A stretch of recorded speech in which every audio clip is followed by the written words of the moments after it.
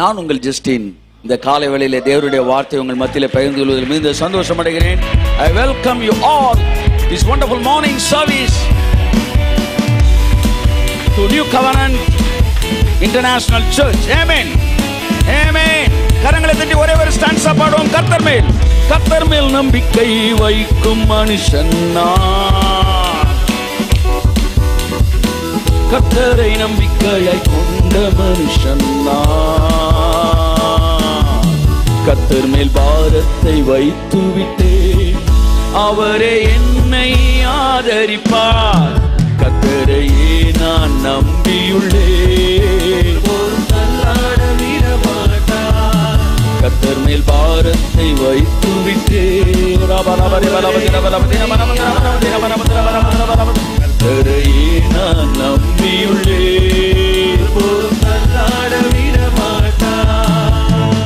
உஷ்ணம் வருவதை பாராமல் இலைகள் பச்சையாயிருக்கும், சாட்சியான வருஷங்களிலும். ஆமென். Thank you Holy Spirit. Amen. உஷ்ணம் வருவதை பாராமல் இலைகள் பச்சையாயிருக்கும், சாட்சியான வருஷங்களிலும் வருத்தமின்றி கனி கொடுக்கும். என் வேர்கள் தண்ணீருக்குள், என் நம்பிக்கை இயேசுவின் மேல். என் வேர்கள் தண்ணீருக்குள், என் நம்பிக்கை இயேசுவின் மேல். கர்த்தர் மேல் நம்பிக்கை வைக்கும் மனுஷன் நான். ஆமென். கர்த்தரை நம்பிக்கையாய் கொண்ட மனுஷன் நான், கர்த்தர் மேல் நம்பிக்கை வைக்கும் மனுஷன் நான்.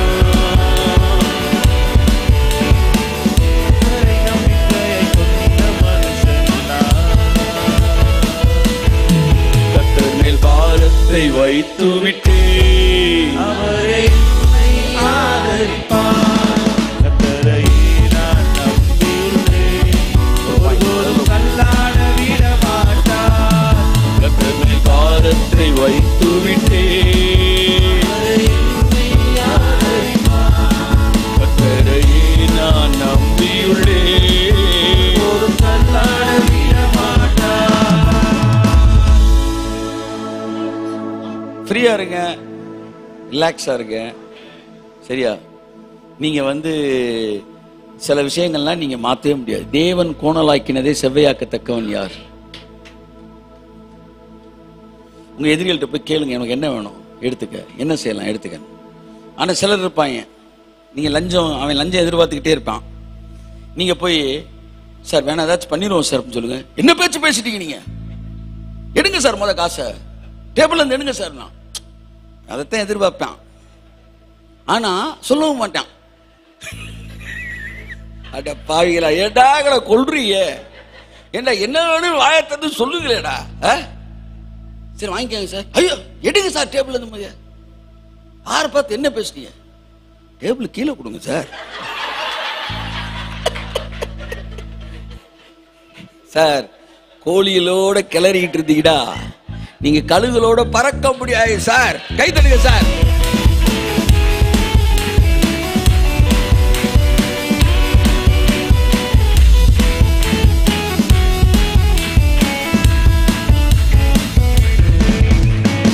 இந்த உலகத்துல ரொம்ப கவலைப்படணும்னா ஒரே ஒரு ஆள் தான் கவலைப்படணும். யார் சொல்லுங்க? 800 கோடி பேர் இப்ப கரண்ட்ல இருக்கிறாங்க. இது மாதிரி பல பேட்ச் போயிட்டாங்க. இந்த 800 கோடி பேர் வாழ்க்கையை குறித்த கவலையோடு இருக்க வேண்டிய ஒரே ஒரு ஆள் யாரு? இறைவன் தான். ஆனா இறைவனே சந்தோஷமா அங்க உட்கார்ந்து பாருங்கடா.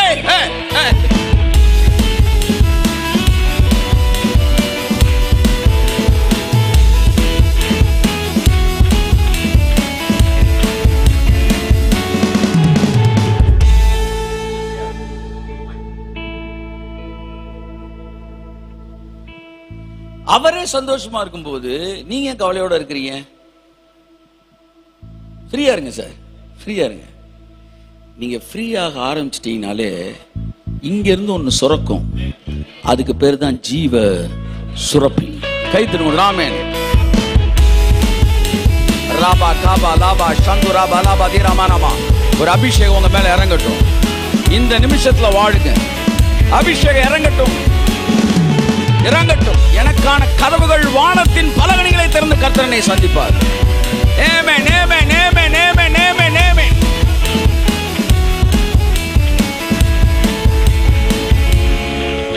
ஹalleluya.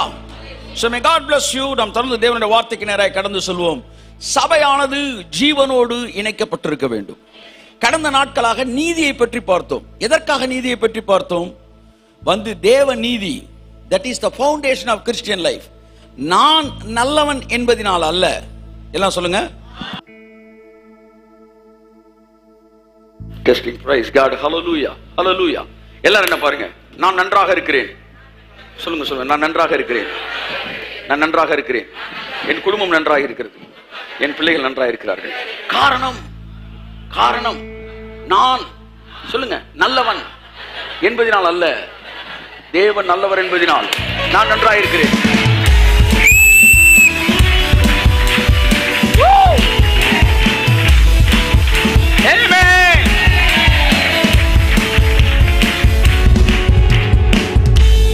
என் ஊழியம் பெருகிக் கொண்டிருக்கிறது. நான் நல்லவன் என்பதனால் அல்ல, என்னை அழைத்த தேவன் நல்லவர் என்பதனால். கை தட்டி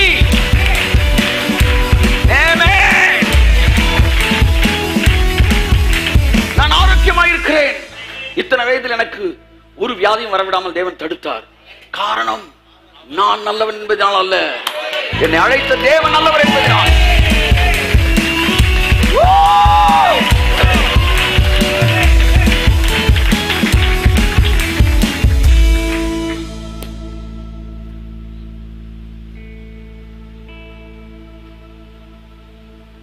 நீங்கள் இன்றைக்கு உயிரோடு கூட அமர்ந்திருக்கிறீர்கள். உங்களுக்கு எதிராக எத்தனையோ பேர் திட்டமிட்டார்கள், எத்தனையோ பேர் உங்களை அழிக்க வேண்டும் திட்டமிட்டார்கள். அதையெல்லாம் தாண்டி நீங்க உயிரோடு இருக்கிறீங்க. நிறைய பேர் நினைச்சேன் நம்ம எல்லாத்தையும் வாழ முடியாது நினைச்சாங்க, அவெல்லாம் போயிட்டாங்க. ஆனா நீ உயிரோடு இருக்கிறீங்க, நீங்க ஜெயிச்சுக்கிட்டு இருக்கீங்க. அவன் இல்லாம நீ வாழ முடியாது நினைச்சாங்க பாருங்க. கடைசியில போன பிறதான் தெரிஞ்சு இவனால தானே நம்ம வாழ்ந்துகிட்டு இருந்திருக்கோம்.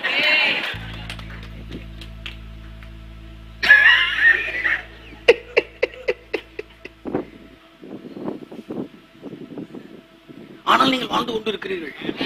காரணம், நீங்கள் நல்லவர்கள் என்பதனால் அல்ல, உங்கள் தேவன் நல்லவர் என்பதனால். That is what God's righteousness. Amen.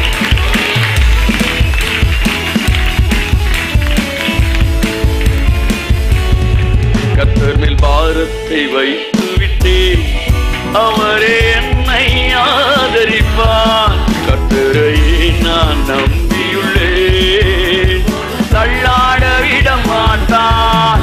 கர்த்தர் மேல் பாரத்தை வைத்து விட்டேன், கர்த்தரையே நான் நம்பியுள்ளேன்.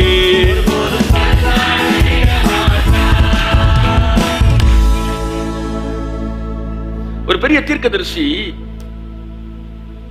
நிறைய புத்தகங்கள் எழுதியிருக்கிறார். ஏசாயாவின் பாரம், எரேமியாவின் பாரம், எசேக்கியேலின் பாரம். இந்த பாரங்கள் எல்லாம் நம்ம மேல வந்தாதான் நம்ம ப்ராஃபஸியை சொல்ல முடியும் அப்படின்னு நிறைய எழுதினார். ரொம்ப நாளுக்கு பிறகு அவருடைய டீச்சிங்ல டிரான்ஸ்ஃபர்மேஷன் வர ஆரம்பிச்சிச்சு. சிலுவையின் சத்தியத்தை இன்னும் அதிகமாய் புரிய ஆரம்பித்தார். எல்லாத்தையும் இயேசு முடிச்சுட்டாருன்னு தெரிய ஆரம்பிச்சிச்சு. அவர் அதுக்கப்புறம் மைக் எடுத்து பேசும்போது சொன்னாரு, ஏசாயாவின் பாரம், எசேக்கியேலின் பாரம், எரேமியாவின் பாரம், எத்தனையோ பாரம் எழுதினேன். இத்தனை வசனம் தெரிஞ்சு எனக்கு ஒரு வசனத்தை மறந்துட்டேன். என்னன்னா, கர்த்தர் மேல் உன் பாரத்தை வைத்து விடு.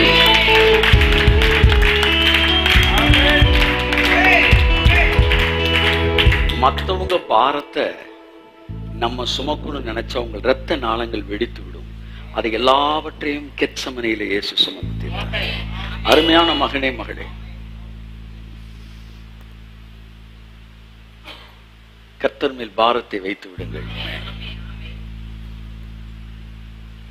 உங்களுக்கான எல்லாவற்றையும் அவர் செய்து முடிப்பார் அல்ல, முடித்திருக்கிறார். இப்ப நம்ம என்ன பார்த்தோம்னா தேவ நீதின்னு பார்த்தோம். அதுக்கப்புறம் நான் ஜீவனுக்கு வரேன். தேவ நீதினா என்ன தெரியுமா? நான் நல்லவன் அதனால நான் நல்லா இருக்கேன் என்பது அல்ல, அது மனித நீதி. மதம் உனக்கு என்ன தெரியுமா சொல்லி தருது? நீ நல்லவனா இருந்தா நீ நல்லா இருப்பன்னு சொல்லி தருது. ஆனா கிருபையும் கிறிஸ்தவம் என்ன சொல்லி தருது, நீ நல்லவனால நீ நல்லா இல்ல, அவர் நல்லவர், அதனால நீ நல்லா இருக்க. கொஞ்சம்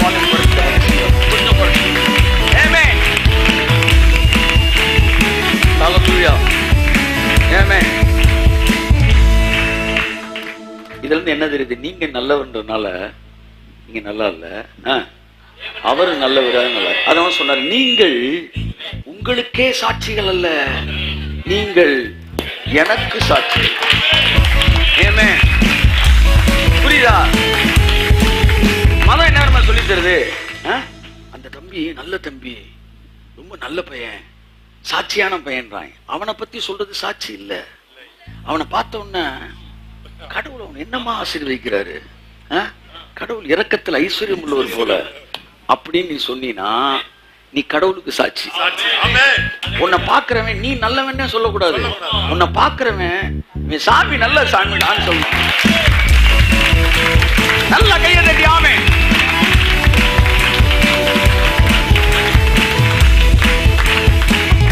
என்ன பார்த்தா நீங்க என்ன சொல்லுவீங்க, சத்தியமா நான் நல்லவன் சொல்ல மாட்டீங்க.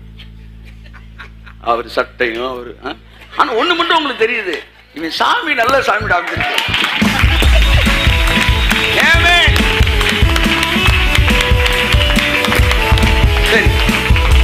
இதுதான் தேவ நீதி.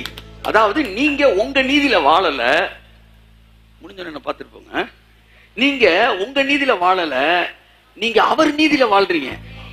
அப்பா நல்லவர், அதனால நீங்க நல்லா இருக்கணும், அவ்வளவுதான். நம்ம எல்லாம் பாவம் செஞ்சோம், எல்லோரும் பாவம் செய்து ஏகமாய் கெட்டு போனோம். ஏகமாயினா ஒரே நேரத்தில் கெட்டு போயிட்டோமா எல்லாரும்? அது எப்படி?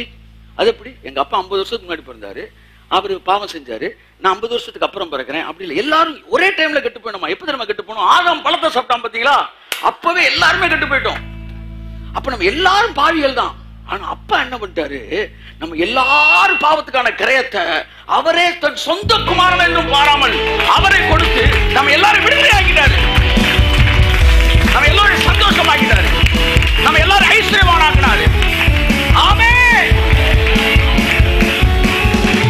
அப்ப நான் அவரை பார்த்து கேட்கிறேன், ஆண்டவரே நான் கெட்டவன், ஆனா நீங்க எனக்காண்டி எல்லாம் செஞ்சிட்டீங்க, இப்ப இதெல்லாம் நான் அனுபவிக்கிறதுக்கு நான் ஏதாச்சும் ஒண்ணு செய்யணும் விரும்புறேன், நான் என்ன செய்யணும் சொல்லுங்க, நான் ஏதாச்சும் செய்யணும்னு சொல்லும்போது ஒண்ணு செய்வியான்னு கேட்டாரு.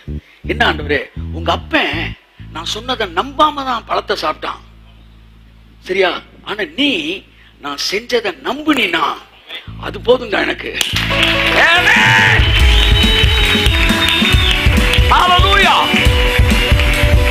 பாருங்க, நீங்கள் ஏதாவது ஒன்றை செய்ய வேண்டும் என்று நீங்கள் விரும்பினால் அவரை நம்புங்கள், அது மட்டும் தான் நீங்கள் செய்ய வேண்டிய கிரியை. இயேசு கிறிஸ்துவின் இடத்தில் யோவான் 6ஆம் அதிகாரம் என்று நினைக்கிறேன், அவரிடத்தில் கேட்கிறார்கள், பிதாவுக்கு ஏற்ற கிரியைகளை செய்வதற்கு நாங்கள் என்ன செய்ய வேண்டும்? ஏதாச்சும் செய்யணும்னு இருக்கிறான், நாங்க என்ன செய்யணும், என்ன செய்யணும் சார்? அவர் அனுப்பினவரை விசுவாசிப்பதே உங்கள் கிரியையாயிருக்கிறது. ஆமென்.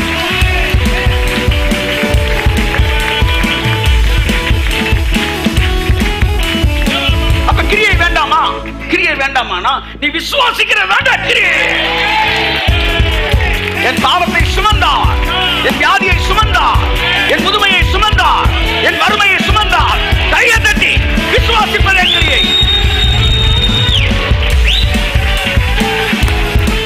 ஆமென்.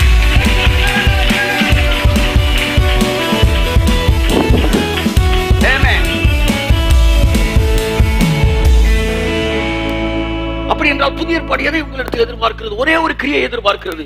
அந்த கிரியை என்னவென்றால் விசுவாசிப்பது. விசுவாசிப்பது தேவனுக்கு ஏற்ற கிரியைன்னு சொல்லல, விசுவாசிப்பதே ஏகாரம்.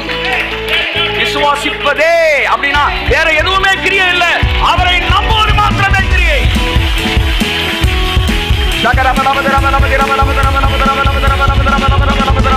அந்நிய பாஷையில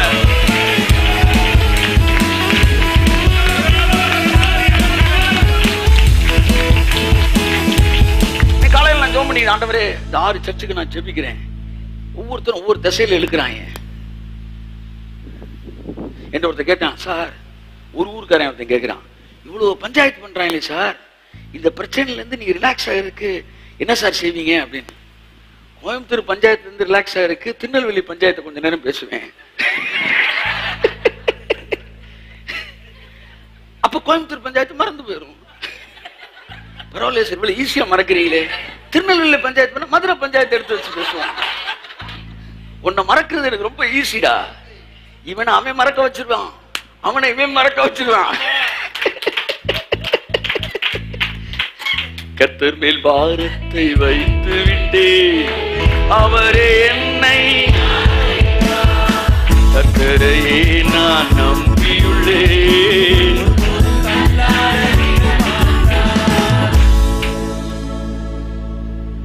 உங்களுக்கு எதிரியே இருக்கக்கூடாது, இல்லாட்டி நிறைய எதிரி இருக்கணும். அப்படின்னா ரெண்டுலயுமே எவனையுமே நீங்க ஞாபகத்தில் வச்சுக்க முடியாது. நீ ஓ அவனா நீ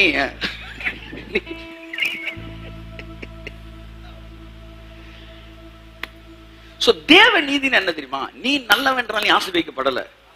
கர்த்தர் நல்லவர். பைபிள் சொல்லுது கர்த்தர் நல்லவர், அவர் கிருபை என்றும் உள்ளது. கர்த்தர் நல்லவர், அவர் கிருபை என்றும் உள்ளது. கர்த்தர் நல்லவர், கிருபை என்றும் உள்ளது.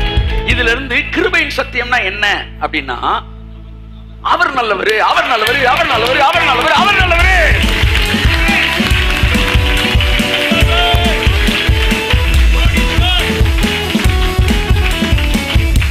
அப்ப மோசே சொல்ற நியாயப்பிரமாணம் என்றால் என்ன?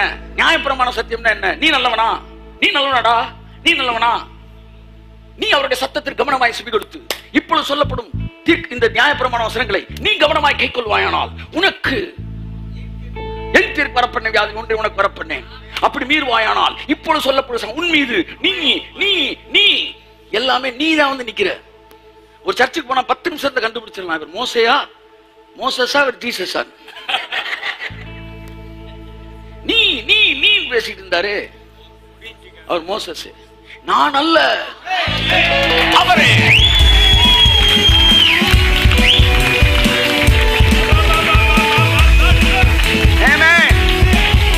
தயவுசெய்து புரிஞ்சுக்காங்க, நீங்க நீ நீ நீ பேசினா உங்க ஜெபத்தை முடிக்கும் போது இயேசுவின் நாமத்தில் சொல்லக்கூடாது. நீ நல்லவனா தானே உங்க பதில் வரும்.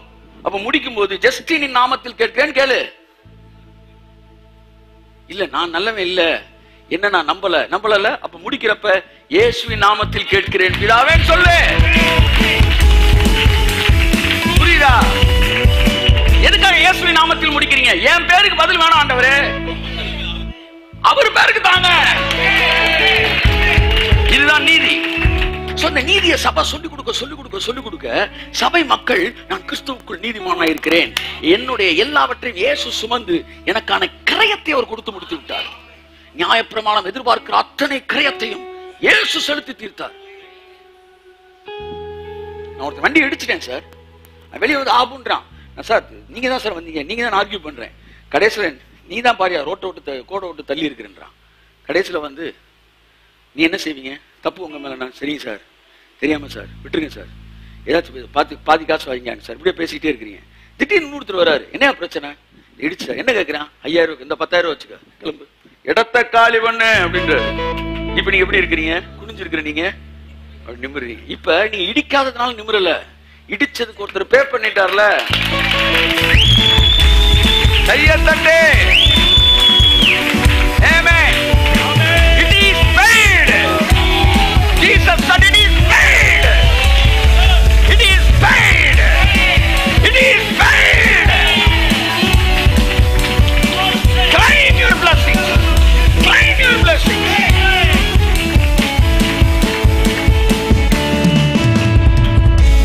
நீங்கள் பணம் கொடுத்து ஒன்றை வாங்கி விட்டீர்கள், ஒன்றை பணம் கொடுத்து விட்டீர்கள். திரும்ப கேட்கிறப்ப சொல்ற நீ பணம் கொடுக்கலன்றான். விட்டுட்டு சரி இன்னொரு பணத்தை எடுத்து கொடுத்துருவீங்களா? 10 லட்ச ரூபா கொடுத்துட்டீங்க சார் ஒன்னு வாங்குறதுக்கு, அவர் பொருள் எடுத்து தராம நீங்க ரூபா கொடுக்கலன்றார். உடனே இன்னொரு 10 லட்சத்துக்கு கொடுத்துருவீங்களா? ஏய் என்னையா சொல்ற? நான் கொடுத்துருக்கேன், இதை எடுத்து பாரியா, சிசி கேமரா எடுத்து பாரியா, அது இதுன்னு சொல்லி கோர்ட் வரைக்கும் போயிருவீங்களே. அவர் சொல்றாரு நான் உனக்கு பே பண்ணேனே, நீ ஒண்ணுமே கேட்க மாட்டேன்றியடா. கேள்றா, ஆரோக்கியத்தை கேள்றா, ஐஸ்வர்யத்தை கேள்றா, ஜீவனை கேள்றா, பெருக்கத்தை கேள்றா, உயர்வை கேளு.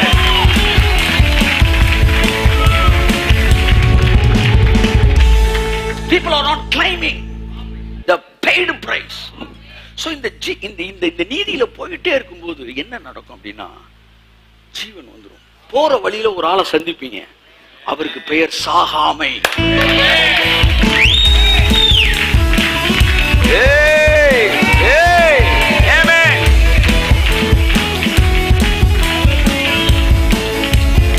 நீதியில நீங்க டிராவல் பண்றப்ப, நீதின்ற பாதையில டிராவல், நீதியின் பாதையில் ஜீவன் உண்டு. அதனாலதான் அந்த பாதையில் உங்களை வரவே விட மாட்டேன்றான்.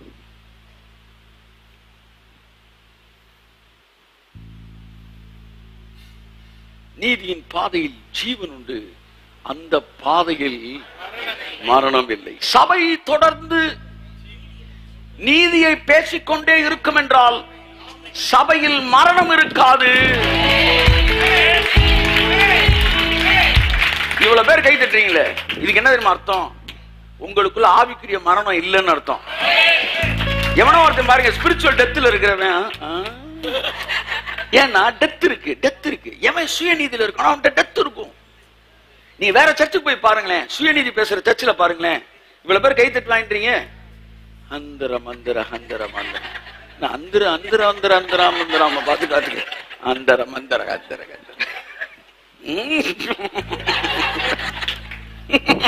அப்படி சொல்லிட்டு இருப்பாங்க. செத்து போனவனா இருப்பாங்க பாருங்க சபையில, எல்லாம் வெள்ளை கலர் ட்ரெஸ் போட்டிருப்பாங்க, ஆனா ஒரு எக்ஸைட்மெண்டே இல்லாம உட்கார்ந்துருப்பாங்க. ஏன் தெரியுமா? அங்க மரணம் இருக்கு.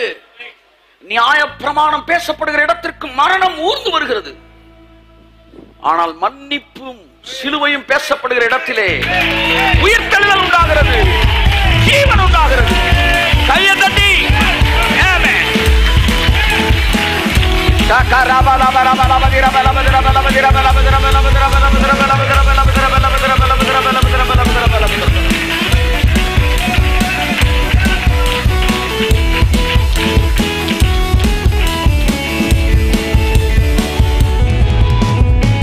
பாவம் கொல்ல பேரை சாகடிச்சிச்சு.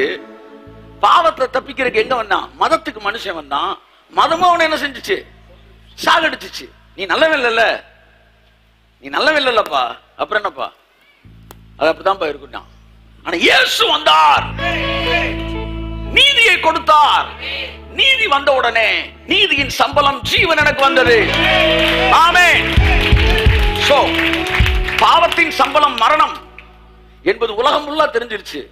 நான் சொல்றேன், நீதியின் சம்பளம் ஜீவன். ஆமென். ஜீவன், ஜீவன், ஜீவன். ஆமென். அப்ப பாவத்திற்கு ஒரு சம்பளம் இருக்கிறது என்றால் நீதிக்கு ஒரு சம்பளம் இருக்க வேண்டுமே. ஜீவன், உங்க ஆவியில ஜீவன், அது இப்ப வந்துருச்சு. அடுத்த ஆத்மால ஜீவன், அதுதான் உணர்ச்சி, அதுவும் வந்துருச்சு. அடுத்து சரீரத்தில் ஜீவன், அதைத்தான் நாம் பார்க்க போகிறோம், பார்த்து கொண்டிருக்கிறோம்.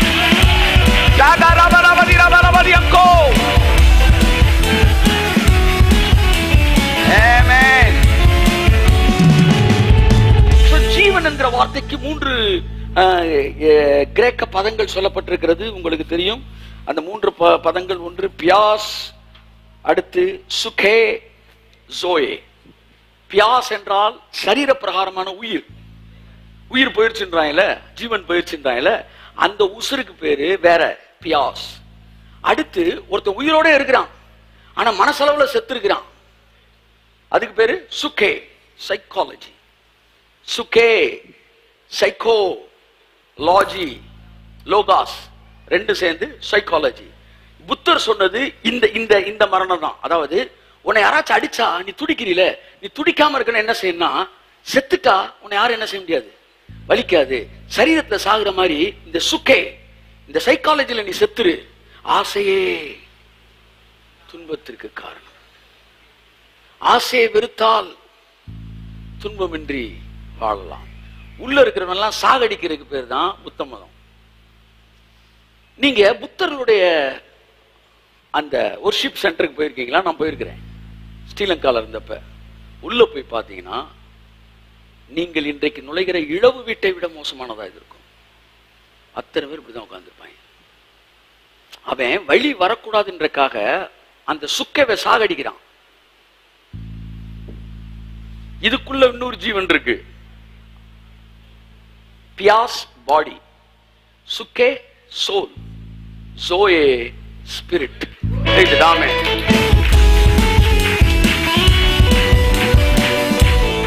Spirit soul body.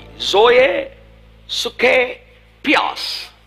ஜோயே என்ற அந்த ஜீவன் வந்து ஆவியில வந்த உடனே கொஞ்ச நேரத்துல சுக்கே இருக்கு பாருங்க, இப்படி இருந்தது.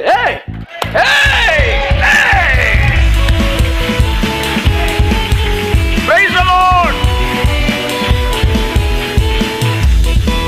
So ஜோயே வந்த உடனே சுக்கே என்ன ஆயிருது? அந்த ஜீவன் சைக்காலஜிக்கு வந்துருது. அடுத்து அது எங்க வருது? பியாசுக்கு வருது. அந்த ஜோயே ஜீவன் சரீரத்துக்கு வருது. சரீரத்தில் இருக்கிற உயிரையும் போக விடாமல் பண்ணுகிறது. கைதட்டி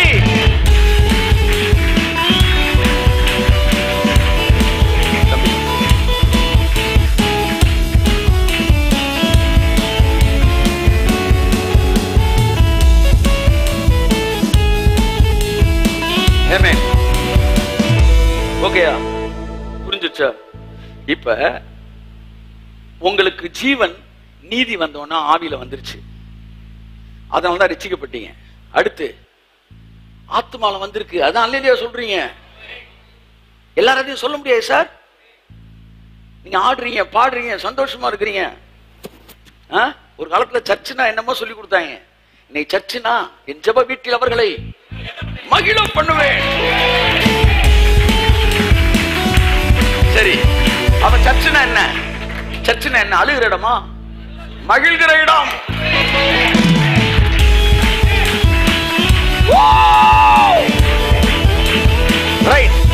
இப்ப உங்களுக்கு ஜீவன் ரட்சிக்கப்பட்ட அன்னைக்கு ரட்சண்யத்தின் சந்தோஷம் சொன்னாங்க பார்த்தீங்களா?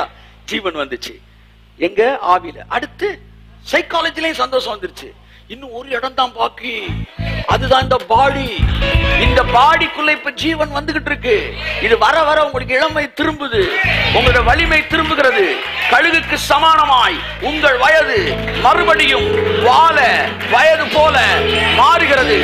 ஆவியில் இருக்கிற ஜீவன் ஆத்மாவின் வழியாக இப்பொழுது சரீரத்துக்குள்ள பிரவேசித்துக் கொண்டிருக்கிறது. கர்த்தர் மேல் பாரத்தை வைத்து விட்டே, அவரே என்னை கர்த்தரையே நான் ஒருபோதும். இப்ப நீதிக்குள்ள வர வர வர ஜீவனை பார்த்துட்டீங்க. ஜீவன்னா சரீர ஆரோக்கியமும் இணைந்தது. இப்ப சபை எந்த கான்சியஸ்க்கு வரணும்? ஆரோக்கியம் என்கிற கான்சியஸுக்கு வரணும். நாங்க காலையில நான் என் மனைவியும் காலை ஒரு 15 நிமிடம், இரவு ஒரு 15 நிமிடம் ஜெபிப்பது தீர்மானம் எடுத்து ஜெபித்து கொண்டு வருவோம். காலையில 6 to 6:15, நைட்டு 10 to 10:15, இல்லாட்டி ஆல்டர்னேட்டிவா வேலை இருந்தா மாத்திக்கிற மாதிரி. அப்ப ஜெபிக்க ஆரம்பிச்ச உடனே ஒரு 5 நிமிஷம் ஜெபம் பண்ண உடனே ஆண்டு இந்த ஊழியங்கள் போகிற இடங்கள் நான் சொன்னேன், இது ஊழியத்துக்கு ஜெபிக்கிற இடம். நான், நீ, யோவான், நம்ம 3 பேருக்கு மட்டுமே ஜெபிக்கிற நேரம் இது. கையை தட்டு.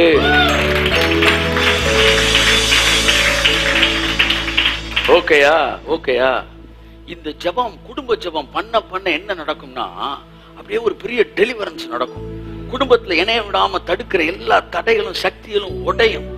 குடும்பத்துல சந்தோஷம் சமாதானம் பெருகும். அப்ப ஜெபிக்க ஆரம்பிக்கும் போது என் பையனை ஜெபம் பண்ணுவான். ஜெபம் பண்ணும்போது அவன் பலவிதமான அச்சீவ்மெண்ட்ஸ் எல்லாம் சில விஷயம் ஜெபம் பண்ணும்போது நான் சொன்னேன் ஒரு விஷயம், நம்ம எல்லா ஜனங்களும் இப்படிதான் ஒரு விஷயத்தை ஜெபிக்கிறீங்க. காலையில ஜெபிக்கும் போது உங்களுக்கு எத்தனை பேர் உங்கள் ஆரோக்கியத்திற்காக ஜெபிக்கிறீர்கள் என்கிற கேள்வியை ஞாயிற்றுக்கிழமை ஜனங்கள்கிட்ட கேளுனார். உங்களை எத்தனை பேர் காலையில 5 நிமிஷம், குறைந்தபட்சம் 5 நிமிடம் விடாமல் உங்கள் ஆரோக்கியத்துக்கு நீங்க ஜெபிக்கிறீங்களா? ஒரு வரி வேணாலும் ஜெபம் பண்ணுவேன் நீனு. அதுக்கப்புறம் நேரா பணத்தை சம்பாதிக்கணும், அது வேணும், இது வேணும், ஊழியம் வேணும். டே, நீ இல்லாட்டி எதுவுமே இல்லடா.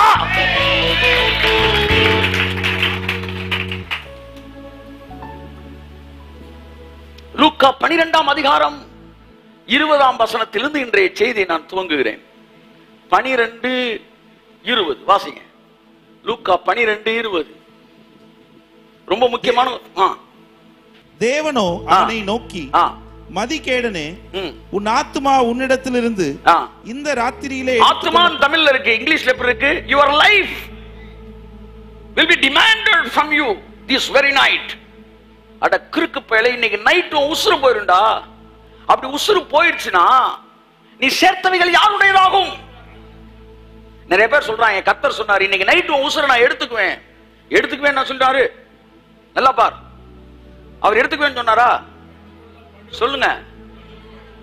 மரணத்தின் அதிபதி தான் மரணத்தை கொடுக்கிறான். தேவனோ ஜீவன் உண்டாயிருக்கவும். அப்ப அவனை பார்த்து சொல்றாரு, எல்லாத்தையும் பத்தி கவலைப்படுறியடா, உன் உடம்ப பத்தி கவலைப்பட மாட்டேன்ற நீ மதிகேடனே. சொல்லுங்க. உழைப்பை பற்றி சொல்லுங்க, ஊதியத்தை பற்றி, உயர்வை பற்றி, பெருக்கத்தை பற்றி, பிள்ளைகளை பற்றி, பிசினஸை பற்றி கவலைப்பட்டு, சத்தமா கவலைப்பட்டு, தன் சொந்த சரீரத்தை பற்றி கவலைப்பட்டு ஜெபிக்காமல் போனால் அவனுக்கு பெயர் மதிகேடன். எல்லாத்துக்கும் ஜெபிச்ச, உன் சரீரத்துக்கு ஜெபிச்சியா? எங்க அப்பா ஜெபத்தை கேட்கறதுக்கு காதுல தேன் பாயும். அவர் ஜெபிக்கிறதுல 80% என்ன ஜெயிப்பாரு? சரீர ஆரோக்கியம், நல்ல பலத்தை தாரும் ஆண்டவரே. அவருக்கு வேற ஜெப பாயிண்ட் தெரியாதுன்னு வச்சுக்குவோம். அவர் போய் வந்து என்னது வேற பைபிள்ல இருக்கிற காரியங்களுக்கு ஜெபிக்க தெரியாது. குடும்பத்துக்கு பிள்ளைகள் அவ்வளவுதான், அவர் பிரேயர் அவ்வளவுதான். என் பிள்ளைகள்லாம் சந்தோஷமா இருக்கணும், ஆரோக்கியமா இருக்கணும், ஆரோக்கியம் தான். அவர் தெரிஞ்சு பண்ணாரோ தெரியாம பண்ணாரோ முக்கியமான ஜெப குறிப்பை பண்ணிட்டாரு. 93 வயது வரைக்கும் திடகாத்திரமாயிருந்தார். இங்க இருந்து அவ்வளவு தூரம் இருக்கு சார், சர்ச் வாசல்ல நான் வண்டியை நிப்பாட்டுவேன், டேய் வாடான்னு கரெக்டா தெரியும். நீ என்னடானா இப்படின்ற பைபிள. நான் சொல்றேன், நீங்க காலையில ஜெபம் பண்ணும் போது மத்த எல்லாத்துக்கும் ஜெபிக்கிறத விட, என் சபை பிள்ளைகளுக்கு நான் சொல்றேன், உலகமங்களுக்கு என் பிள்ளைகளுக்கு சொல்றேன், one of the top secret இது. உன் பாடிக்காக குறைஞ்சது 15 நிமிஷம் நீ ஜெபம் பண்ணு. கைதட்டு 15 நிமிடம் ஜெபம் பண்ணு. I am allotting 50 minutes. I said 15 minutes. 15 நிமிஷம் every day I am praying for my health by the grace of God. I want you to pray for that. அது இல்லாட்டி ஒண்ணும் இல்லடா மதிகேடனே. நீ பிசினஸ்ல ஜெயிக்கணும், அதுல ஜெயிக்கணும் இருக்க, முத வாழணும், முத ஆரோக்கியமா இருக்கணும். உன் கண் கண்டு பயந்த எகிப்தியனுக்கு வரப்பண்ணின வியாதிகள் ஒன்றையும் நான் உனக்கு வரப்பண்ணேன். நானே உன் பரிகாரியாகிய கர்த்தர்.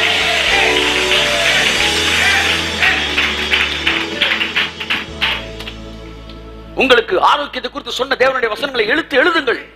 தனி நோட்டு போடு. எதுக்கும் நோட்டு போடுற, பத்திரத்தை வாங்கி உள்ள வைக்கிற, நீ பத்திரம்ன்ற. அதை விட முக்கியமானது தேவன் கொடுத்த வார்த்தைகளை எழுது. வார்த்தைகளை வாசி. நன்மையினால் என் வாயை திருப்தியாக்கி கழுகுக்கு சமானமாய் என் வயதை மறுபடியும் வாழ வயதாய் மாற்றுவான். நான் மீட்கும் பொருளை கண்டுபிடித்தேன் என்பான். அப்பொழுது அவனுடைய மாம்சம் வாலிபத்தில் இருந்ததை பார்க்கலும் ஆரோக்கியமடையும். தேவனின் சரீரத்தினாலே மகிமைப்படுவார். இந்த சரீரம் தேவனுடைய ஆலயமாய் இருக்கிறது. தேவன் ஆலயத்திலே நுழைந்து அங்கிருக்கிற வியாபாரம் செய்கிறவர்களை துரத்தி என் பிதாவின் வீட்டை வியாபார வீட்டாக்காதீர்கள் என்று சொல்லி ஆலயத்தை விட்ட பக்தி வைராக்கியம் உண்டா. இந்த சரீரம் தேவனுடைய ஆலயமாய் இருக்கிறபடினாலே இந்த ஆலயத்தை குறித்து கர்த்தருக்கு ஒரு பக்தி வைராக்கியம் இருக்கிறது. ஒழிந்து போகிறவைகள் மகிமையுடையதாக இருக்கும் என்றால் நிலைத்து நிற்கிறவைகள் அதிக மகிமையுடையதாக இருக்கும்.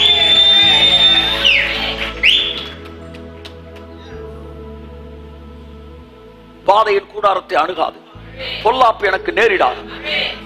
நீடித்த நாட்கள் கர்த்தரை திருப்தியாக்குவார் என்கிற வார்த்தைகள் மறுபடியும் உங்கள் எண்ணங்களில் ஓட வேண்டும். விரும்பின நாட்களில் விரும்பாத நாட்களில் வரை நீங்கள் வாசிக்கத்தான் வேண்டும். மகனே மகளே, நேற்று ஒரு குரூப் ஒன்று ஆரம்பிச்சேன், ஹெல்த்தி ஃபேமிலின்னு போட்டு நானே என் ஒய்ஃப் மட்டும் அந்த ஃபேமிலி, அதுல ஹெல்த் பண்ணப்பட்ட டிப்ஸை மட்டும் நாங்கள் போடுவோம். அடுத்து ஹெல்த்தி மினிஸ்டர்ஸ் ஒன்று போட்டு எனக்கு தெரிஞ்ச பாஸ்டர்ஸ்லாம் கொண்டு வந்து முக்கியமான ஹெல்த் டிப்ஸ் மட்டும் அதுல போடணும். அது உள்ள வந்து வெறும் ஹெல்த்தை பத்தி தான் இருக்கணும். Healthy pastors. காட் சொன்னார் ஹெல்தி சர்ச் சொல்லு.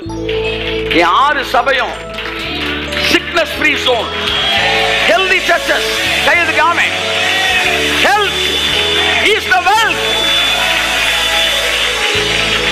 உஷ்ணம் வருவதை பாராமல் என் இலைகள் பச்சையாயிருக்கும். மழை தாழ்ச்சியான வருஷங்களிலும் வருத்தமின்றி கனி கொடுக்கும். என் வேர்கள் தண்ணீருக்குள், என் நம்பிக்கை இயேசுவின் மேல்.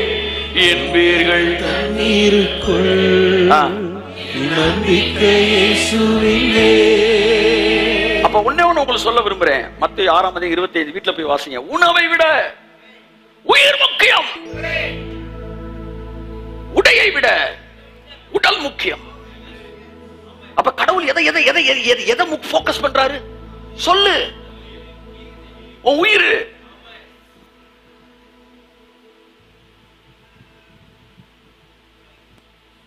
இயேசு கிறிஸ்து தேவாலயத்துக்குள்ள பிரவேசிச்சப்ப சவுக்கு எடுத்து அடிச்சு துரத்துனாராம். என்னன்னா, என்னுடைய பிதாவின் வீட்டை வியாபார வீடாய் மாற்றாதிருங்கள் என்று சொல்லி அடிச்சு துரத்துனாராம். அதுக்கு அடுத்து 2 வரிகள் சொல்றாரு. இந்த ஆலயத்தை இடித்து போடுங்கள், 3 நாளிலே எழுப்புவேன். அவர் தமது சரீரமாய் ஆலயத்தை சொன்னார். அப்ப சவுக்கு எடுத்து எதை அடிக்கிறாரு? சரீரத்துக்குள்ள வேலை செஞ்சுக்கிட்டு இருக்கிற வியாதிகளை அடித்து துரத்த விரும்புகிறார். இது இது சுகர் மாத்திரை, இது பிரஷர் மாத்திரை, இது இது வந்து நமக்கு வேற வியாதியே தெரியல, வந்து வீசிங்க. மொத்தத்துக்கு எவ்வளவு? 15,000 ரூபாய். வியாபார வீடாகி போச்சு. 15,000 ரூபாய் வியாபாரம் பண்ணிட்டு இருக்கேன் சார். என் சர்ச்சை என்னுடைய பாடியை 15,000 கொடுத்தா நான் வாங்கணுமா? நான் வந்து நடத்த வேண்டியிருக்கு. கர்த்தர் சொல்றாரு, இது வியாபாரம் பண்ற இடமா? இயேசு சவுக்கை ரெடிமேட் சவுக்கு வாங்கலாம். அவன் ஏதோ சைனா மேக்காயிரம் சொல்லி 3 கயிறை வாங்கி பின்னுனார். சொல்லுங்க, பின்னுனார். கர்த்தர் சொன்னாரு, உனக்கு அந்த சவுக்கு வேணுமான்னு கேட்டார். ஆமா ஆண்டவரே. அப்ப 3 கயிறு எடுத்துக்க, 3ஐயும் பின்னுனாரு. புரியல ஆண்டவரே, நான் உனக்கு சொன்ன சரீரத்தை பத்தி சொன்ன 3 வசனத்தை எடுத்துக்க, அதை பின்னு, அந்த வசனத்தை பின்னு, 3ஐயும் பின்னி இழுத்து பாரு. அந்த வசனத்தை வச்சு அடி, அடி இயேசு நாமத்துல. எகிப்தியனுக்கு வர பண்ணின வியாதிகளில் ஒன்றையும் அவர் எனக்கு வர பண்ணுகிறதில்லை. அவர் என் பரிகாரியாகிய கர்த்தர். எனக்கு விரோதமாய் உருவாக்கப்படுகிற எந்த ஆயுதமும் அது வாய்க்காலே போகும்.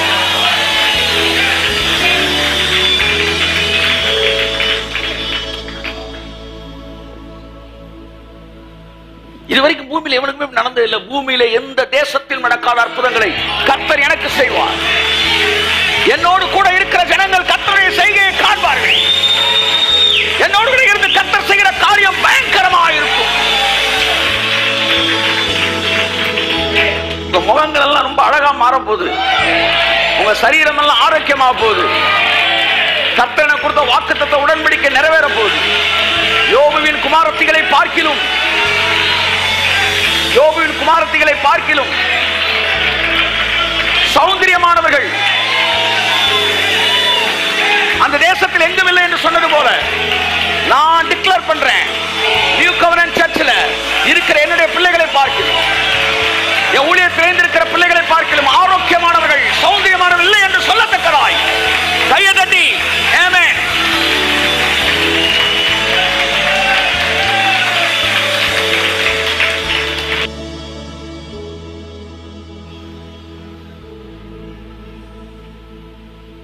நிச்சயமா நீங்கள் ஆரோக்கியம் உள்ளவர்களாய். சபை ஆரோக்கியத்தை போக்கஸ் பண்ணணும். எல்லாம் சொல்லுங்க, ஆரோக்கியத்தை போக்கஸ் பண்ண. நீ போக்கஸ் பண்ண உடனே வியாதியில ஒண்ணு ஒட்டி விலகுது. சொல்லுங்க.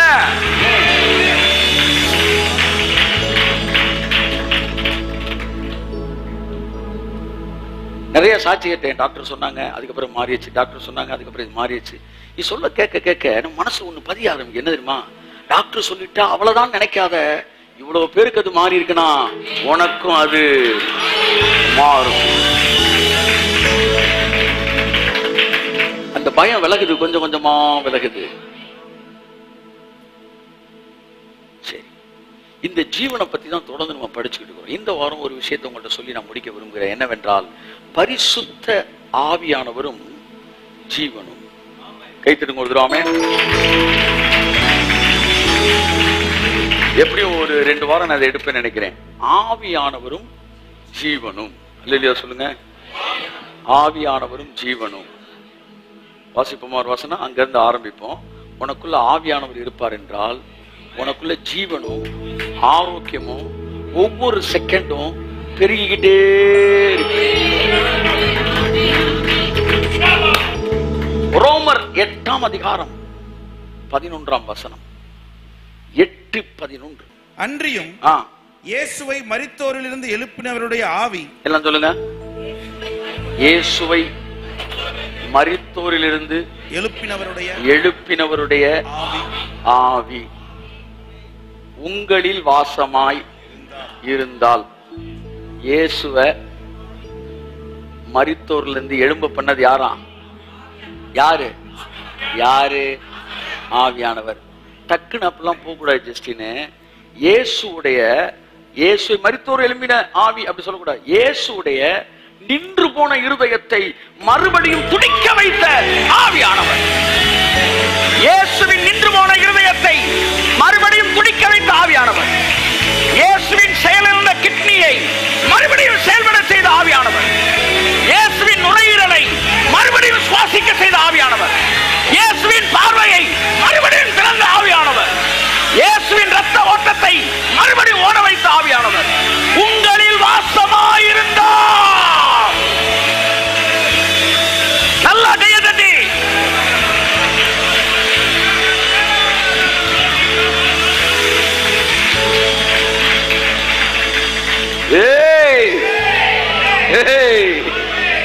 இயேசுவை மரித்தோரிலிருந்து எழுப்பின ஆவியானவர் ஓடக்கூடாது.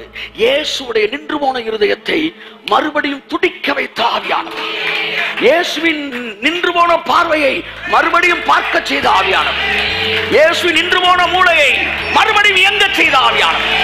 இயேசுவின் நுரையீரலை மறுபடியும் இயங்க செய்த ஆவியானவர். இயேசுடைய கிட்னிய லிவரை மறுபடியும் வேலை செய்ய வைத்த ஆவியானவர் உங்களில் வாசமாய் இருந்தால். கைதட்டி.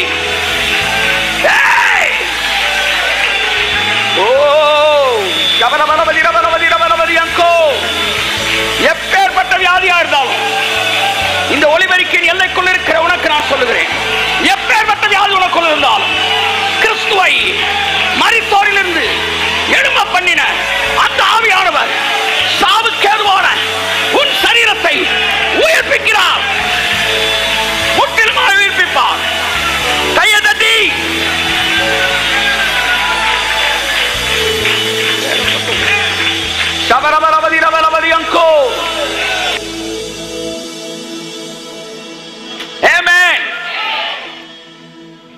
புரியுதா உங்களுக்கு? புரியுதா? Can you understand?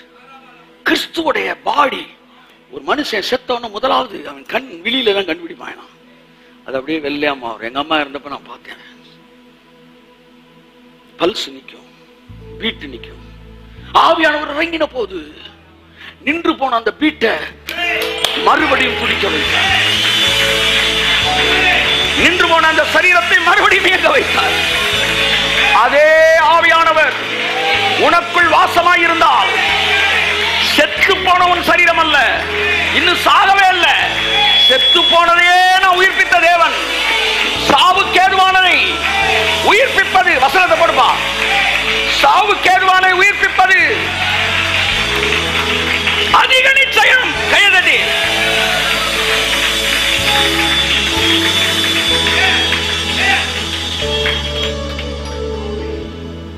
செத்து போன ஹார்ட்டை திரும்ப துடிக்க வச்சார்னா அது மரித்த சரீரம், இது மரணத்துக்கு ஏதுவான சரீரம். டாக்டர் சொல்லுங்க கொஞ்சம் முன்னாடி கூட்டு வந்தா காப்பாத்தலான்னு. நீங்க சொல்லுங்க, முன்னாடி தானே வந்திருக்கிறேன், செத்த பிறகா வந்திருக்கிறேன். கர்த்தரை பார்த்து சொல்லுங்க, சாகுறதுக்கு முன்னாடியே வந்துட்டேன். என்னை ஆரோக்கியமாக்குவது அதே ஆவியானவர். இதுல இருந்து என்ன தெரியுது? இயேசுவையே 3 நாள் கழிச்சு செத்து 3 நாளான இருதயத்தை துடிக்க வச்சார்னா ஹார்ட் ஃபெயிலியரு, ஹார்ட் அட்டாக்கு, அடுத்து மாசிவ். அப்பா எவ்வளவு நாமம் வைக்கிறாங்க பாருங்க. எல்லா நாமத்திற்கும் மேலான நாமம் இயேசுவின் நாமம். எல்லா நாமங்களும் முழங்கார் படிக்கணும் அந்த நாமத்திற்கு முன்பாய்.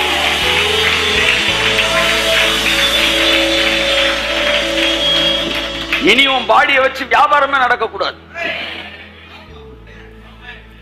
டாக்டர் சில மறைக்காதீங்க தயவு செய்து. நீங்களா ஏஞ்சல்ஸ் ஆஃப் காட். ஆமென். என்ன சொல்ல வரேன்னா, கிறிஸ்துவை மரித்தோரிலிருந்து எழும்ப பண்ணினவருடைய ஆவியானவர் உங்களில் வாசமாய் இருந்தால் இருக்காரா? இருக்காரா? அச்சாரம் இருக்குதா? சாவுக்கு ஏதுவான உங்கள் சரீரங்கள் ஒவ்வொரு நிமிடமும் உயிர்ப்பிக்கப்பட்டுக் கொண்டே இருக்கிறது.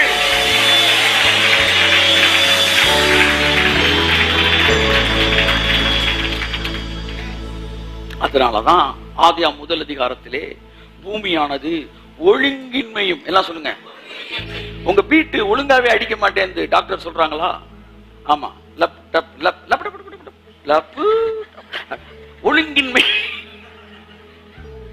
அல்லது உங்கள் தலைகளில் வெறுமை இருக்கிறதா? வாயை திறந்தா சிலர் வெறுமை. எந்த பல் வலிக்குன்னா வாயை திறந்தா பல்லே காணோம். 35 வயசுல முடிச்சு விட்டான் எல்லாம்.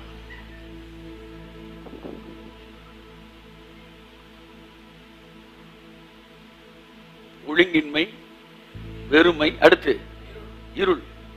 யாரோ வந்திருக்க மாதிரி தெரியுது. நிக்கிறீங்களா? நிக்கலையா? ஒரு மாதிரி கண்ணை கட்டுது சார், இருட்டா இருக்கு. இது எல்லாம் பாடியில் இருக்கா? கவலையப்படாத, கவலையப்படாத. பைபிள் சொல்லுது, ஆதியிலே தேவன் வானத்தையும் பூமியையும் படைத்தார். பூமியானது ஒழுங்கின்மையும் வெறுமையுமாய் இருந்தது. ஆழத்தின் மேல் இருள் இருந்தது. இது எல்லாம் இருந்துச்சு. ஆனா எப்படி திரும்ப எல்லாம் சரியாச்சு? ஜலத்தின் மேல் ஆவியானவர் அசைவாடினார். The spirit of resurrection, the spirit of resurrection, the spirit of resurrection. I welcome you, the spirit of resurrection over my. Come on, I welcome you to hover over my boundary, Holy Spirit. I welcome you.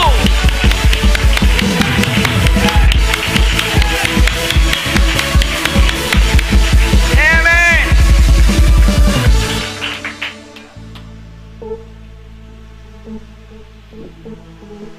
ஆவியானவர் அசைவானாராம். அந்த அதிகாரத்துக்குள்ள ஒழுங்கின்மை எல்லாம் ஒழுங்கா மாறுச்சு, வெறுமை எல்லாம் நிறைவா மாறுச்சு, இருள் எல்லாம் வெளிச்சமா மாறுச்சு. கடைசி வசனம் சொல்லுது, இதோ தாம் உண்டாக்கின எல்லாவற்றையும் பார்த்தார், அது எல்லாம் மிகவும் நன்றாயிருந்தது. உன் வாழ்க்கை அப்படி மாறும் மகளே. எல்லாமே மிகவும் நன்றாய் மாறும். ஒழுங்கின்மையானவருடைய சரீரம் ஒழுங்காய் மாறுகிறது. வெறுமையான உன் சரீரம் நிறைவாய் மாறுகிறது. இருளான உன்னுடைய சரீரங்கள் வெளிச்சமாய் மாறும். கரங்களை தட்டி பெற்றுக் கொள்ளுங்கள்.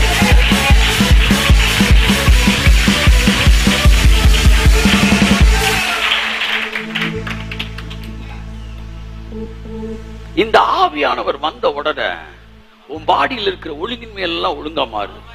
ஏன்னா அவர் வேலையே உயிர்த்தெழுதல் தான், உயிர்ப்பிக்கிற ஆவியானவர். அதான் இயேசு சொன்னார், யோவான் 7ஆம் அதிகாரம்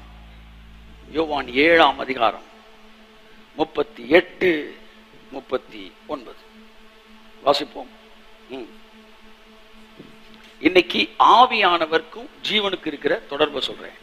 அடுத்த வாரம் ஆவியானவர் இந்த ஸ்பிரிட் மைண்ட் என்னன்னு பேசுறேன், ஸ்பிரிட் இன்ஃப்ளூயன்ஸ்டு மைண்ட் என்னன்னு பேசுறேன், அடுத்து ஸ்பிரிட் ட்ரெயின்டு மைண்ட் என்னன்னு பேசுறேன்.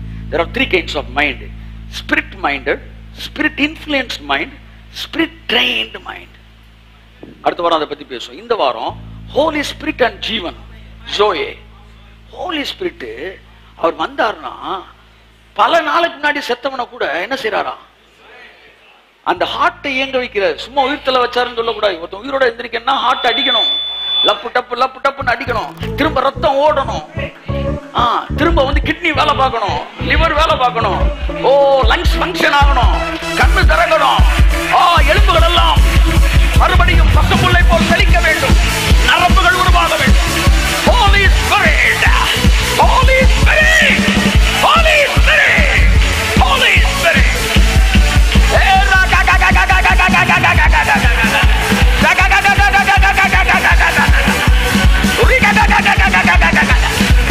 Holy Spirit and life, Holy Spirit and joy, Holy Spirit. இறங்குங்க இறங்குங்க இறங்குங்க, உள்ள இருந்து எழுப்புங்க.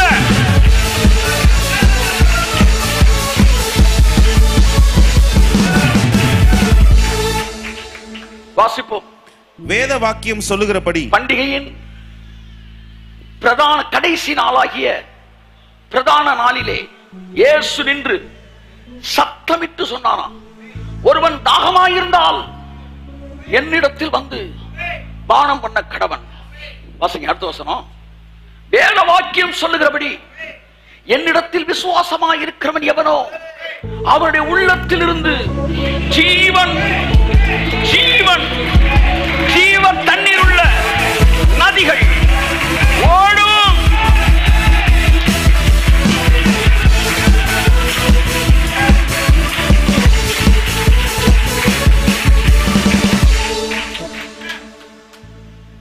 அது மூல மொழிபெயர்ப்புல இருக்கு. அவனுக்குள் இருந்து ஜீவ தண்ணீரோட நதிகள் அவன் அடி வயிற்றிலிருந்து புறப்படும். வயிற்றிலிருந்து வருமா. ஜீவன் எங்க இருந்து வருது? போனோட சொன்ன தொண்டையில ஆபரேட் ஆகுது, வயிற்றுல ஆரிஜின் ஆகுது. இங்கதான் இருக்கு ஜீவன். எப்படி ஆண்டவரே எனக்கு புரியல அப்படின்னா, மரணம் எப்படி வந்துச்சுன்னு கேட்டாரு. பார்த்தனால வந்துச்சா தின்னனால வந்துச்சான்னாரு. ஹலோ, சாப்பிட்டனால. சாப்பிட்டது எங்க போச்சு? வயிற்றுக்கு போச்சு. அப்ப மரணம் எங்க இருந்து வேலை பார்த்துச்சு? கட்ஸ் ரொம்ப முக்கியம். ஏன்னா திஸ் இஸ் செகண்ட் பிரெயின்ன்றாய், செகண்ட் ஹார்ட்னா வயிறு ரொம்ப முக்கியமானது. அதனாலதான் சாப்பிட்டப்ப சாவு வந்துச்சு. நீங்க கம்யூனியன் சாப்பிடுறீங்களே, இங்க போய் தான் ஜீவன் வருது.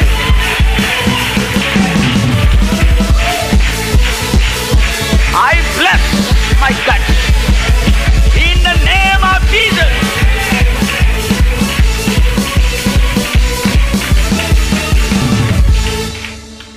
வயிறு தான் ஆரிஜின். எதுக்கு? ஜீவனுக்கு.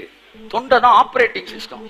இது ஹார்ட் டிஸ்க், இது வந்து ஆபரேட்டிங் சிஸ்டமா, ரேம் எடுத்து வச்சு வேலை பார்க்குது. இது இங்க இருந்து வருது ஹார்ட் டிஸ்க். இப்ப பாருங்களேன், இன்னொன்னு சொல்றேன். நொறுங்க தின்றால் என்று உங்கள் புலவர்கள் சிலர் சொல்லி இருக்கிறார்களே. அப்ப 100 வயசு சாப்பாடுக்கும் வயசுக்கும் சம்பந்தம் இருக்கு. ஆதாம் தப்பா சாப்பிட்டான், செத்தான். நாங்க ரைட்டா சாப்பிட்டோம், வாழ்றோம். அப்ப ஜீவன் எங்க இருந்து வருது? எல்லாம் வைத்த கை வைங்க. ஜீவன் இங்க இருந்து வருது. பெண்களே, குழந்தை பிறக்கும் போது ஒரு ஜீவன் பிறக்கிறது. எங்கிருந்து பிறக்கிறது? இதுல இருந்து என்ன தெரியுது? வயிற்றுல இருந்தா ஜீவன் வருது.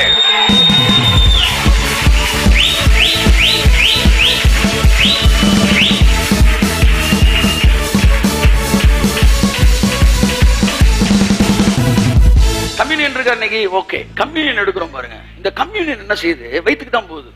அது இயேசு சொன்னாரு, என்னிடத்தில் விசுவாசமா இருக்குன்னு வயிற்றில் இருந்து. அது அந்த குண்டலினி சக்தின்னு அவ்வளவுதான் சொல்றான். பாத்தீங்களா? எல்லாம் காப்பி பேஸ்ட் உள்ள இருந்து அப்படியே எடுக்கிறானா. சோ இங்க இருந்து உங்களுக்கு ஜீவன் வருது. சரியா? இப்ப உங்க மைண்ட்ல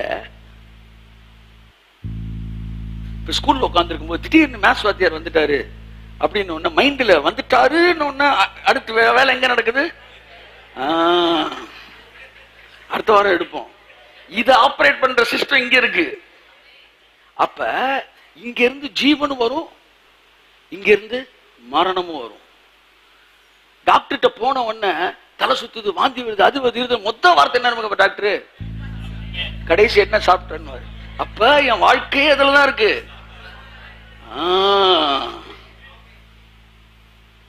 அப்ப நல்லா கவனி, வயிற்றுல இருந்து தான் ஜீவன் வருது, வயிற்றுல இருந்து தான் மரணம் வருது. இப்ப வயிற்று ஆப்ரேட் பண்ற சிஸ்டம் இங்க இருக்கு.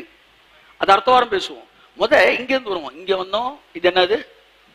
ரேம். அடுத்த ஹார்ட் டிஸ்க் வந்திருக்கிறோம். ஓகே, இப்ப என்னன்னா இங்க இருந்து இந்த ஜீவன் வருது.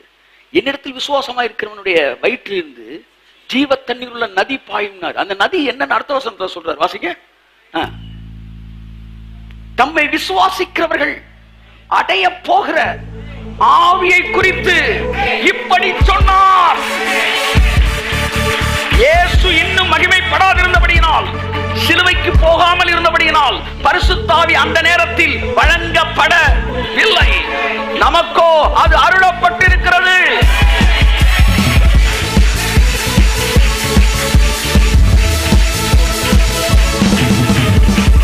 எனக்குள்ளே ஆவியானவர் இருக்கிறார் என்பது அல்ல முழு வார்த்தை. எனக்குள்ளே ஜீவ தண்ணீர் உள்ள நதிகள் இருக்கிறது. ஜீவனே நதியா பாஞ்சுகிட்டு இருக்கான். உனக்குள்ள இருக்கிற கல் எல்லாம் காணாம போயிடும். உனக்குள்ள இருக்கிற கத்தி எல்லாம் காணாம போயிடும். உனக்குள்ள இருக்கிற எல்லா பலவீனமும் காணாம போயிடும். ஜீவனுள்ள நதி உனக்குள் பாய்கிறது.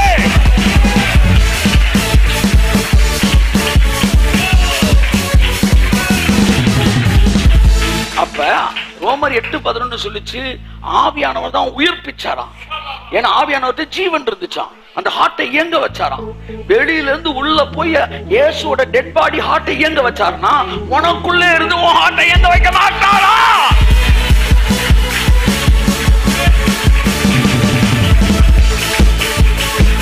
நிறைய பேருக்கு கிரானிக் டிசீஸ் இன்னைக்கு மறையுது. ஆன்லைன் பீப்புள் கிரானிக் டிசீஸ் மறையுது. பல வருடங்களா இருந்த ஜெனடிக் டிசீஸ்லாம் மறையுது இயேசு நாமத்துல.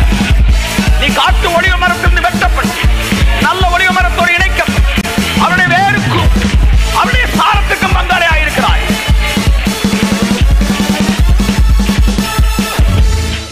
இரண்டாவது வசனம் சொல்லுது. முதல் வசனம், ஆவியானவர் கிறிஸ்துவை மரித்தோர் எழுப்பப்பட்ட ஆவியானவர் உனக்குள் வாசமாக இருந்தால் சாவுக்கு ஏதுவான சரீரங்களை உயிர்ப்பிப்பார். இரண்டாவது வசனம் சொல்லுகிறது, என்னிடத்தில் விசுவாசமாக இருக்கிறவனுக்கு உள்ளுக்குள்ள ஜீவ தண்ணீரோட நதிகள் பாயும்.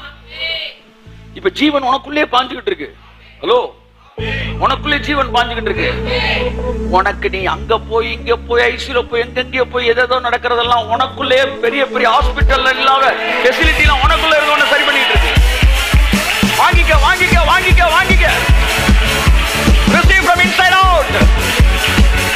Receive from inside out. உன் பாடிக்குள்ள இருந்து கொண்டு வா இயேசு நாமத்துல.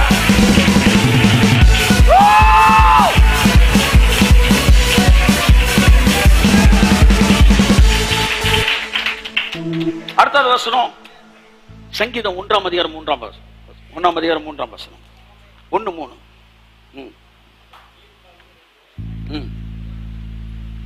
அவன் நீர்க்கால்களின் ஓரமாய் வாசி. நல்ல காஸ்ட்லியா பைபிள் வாங்கி வச்சுக்கணும். ஒவ்வொரு பக்கமா பெறணும். கொத்து கொத்தா வரக்கூடாது. நீ பைபிள் வாங்குறதுக்கு மட்டும் செலவழிக்கிறது யோசிக்க கூடாது. ஷூ மட்டும் காஸ்ட்லியா வாங்குற. 80 ரூபாய்க்கு பைபிள் இருக்கான்னு கேட்கிற கேனத்தனமா. 8000 ரூபாய்க்கு பைபிள் இருக்கான்னு கேட்கணும். அப்படி தட்டினோம்னா அப்படியே சும்மா ரவா மாதிரி வரணும். அப்படியே மைதா மாவு மாதிரி வரக்கூடாது. செருப்பு பருப்பு எல்லாம் காசு கொடுத்து வாங்க தெரியுதுல. நல்லா 8000 ரூபாய்க்கு பைபிள் வாங்க. அப்படி எடுத்தோம்னா 34 அப்புறம் 360 தரக்கூடாது. எடுத்தோம்னா 34 34.45 வரணும். 35 36 சரசரசர்னு வரணும். நல்ல கோல்டு பைபிள், நல்ல கொரியன் பிரிண்ட் இல்ல அதோட காஸ்ட்லி பிரிண்ட், நல்ல பேப்பர், ஒன்னோட ஒண்ணு ஒட்டக்கூடாது. உசுரா உசுரு ஜீவ விருட்சம். ஆமென். சரி, இப்ப வாசிங்க. கர்த்தருடைய வேதத்தில் பிரியமாய் இருந்து இரவும் பகலும் அவருடைய வேதத்தில் தியானமாய் இருக்கிற மனுஷன் பாக்கியவான். ஓகே, இதெல்லாம் நம்ம அடுத்த வாரம் பார்ப்போம். எப்படி பிரெயின் ஸ்டமக்கை கண்ட்ரோல் பண்ண. அடுத்து இப்ப ஜீவனை வாசிப்போம். அவன் நீர்க்கால்கள், அப்படின்னா தண்ணி போயிட்டு இருக்கு பாத்தீங்களா, அதன் ஓரமாய் நடப்பட்டு. அப்படின்னா அந்த நீர்க்கால்கள் யாரு சொல்லுங்க? அந்த நதி யாரு? நீர்கால்கள் ஓரம் நடப்பட்டு என் காலத்தில் கனியை கொடுப்பேன், இலையுதிராமரம் போல் இருப்பேன், செய்வரெல்லாம் வாய்க்க செய்தி. நீர்கால்கள் ஓரம் நடப்பட்டு காலத்தில் கனியை கொடுப்பேன், இலையுதிராமரம் போல் இருப்பேன், செய்வரெல்லாம் வாய்க்க செய்வேன். என் வேர்கள் தண்ணீருக்குள், என் நம்பிக்கை இயேசுவின் மேல். என் வேர்கள் தண்ணீருக்குள், என் நம்பிக்கை இயேசுவின் மேல். சோ ஆவியானவர் தான் அந்த நீர்க்கால்கள். நதி, தண்ணீர் எல்லாமே ஆவியானவர் பைபிள்ல. அப்ப அந்த மனுஷன் கர்த்தருடைய வேதத்தில் தியானமாய் இருக்கிற மனுஷன் spirit minded or spirit influenced mind or spirit trained mind. இந்த ஆவியானவருடைய இன்ஃப்ளூயன்ஸ்ல இருக்கிற அந்த மைண்ட் அவன் எங்க இருப்பான்னா, அப்படி இப்ப நீங்க கேட்டுக்கிட்டு இருக்கீங்களா வார்த்தை, இப்பெல்லாம் நீங்க ஸ்பிரிட் மைண்ட்ல இருக்கிறீங்க. நீ வீட்டுல போய் அந்த மெதுவா அந்த டாக்டர் ரிப்போர்ட்டை புரட்டுற பத்தியா, அப்பதான் நீ கார்னல் மைண்டுக்குள்ள வர, இந்த உலக அறிவுக்குள்ள வர. தூக்கி குப்பையில போடு. என் பையனை வந்து அந்த ரிப்போர்ட்டை பார்க்கும்போது டாக்டர்ஸ் மேல தப்பு நல்லா தெரிஞ்சுங்க. ரிப்போர்ட்ல தான் தப்பு. ஏன்னா ரிப்போர்ட் வந்து மெஷின் தருது, அந்த மெடிக்கல் சயின்ஸ் தருது. I am against medical science only, not the doctors. அப்ப அதில் எடுத்து பார்க்கும்போது அவன் ஸ்கூலுக்கே போக மாட்டான், அந்த அளவுலாம் வந்து அவனால வளர்ச்சியெல்லாம் இருக்க முடியாது அப்படின்னு. நேற்று அவங்க மிஸ் அதான் சொல்லியிருக்கிறாங்க, நீ ஸ்கூலுக்கே வராதப்பா, அதான் எல்லாத்தையும் படிச்சுட்டே நீ வர்ற, என்ன பாடமே எடுக்க விட மாட்டேன்ற, நான் ஏ ஃபார்னால நீ ஆப்பிள்ன்ற, எனக்கு அசிங்கமா போகுது, நீ நாளைக்கு படத்தையும் சேர்த்து படுத்து. அவன் என்ன செய்யறான்னா, 2ஆம் புக்கை முடிச்சுட்டான் சார், பிடிச்சி 3ஆம் புக் எடுத்து புரட்டிக்கிட்டு இருக்கா. டேய் என்னடா வெறி கொண்டு திரியடாடி, ஆல்வேஸ் ஃபர்ஸ்ட் ரேங்க்.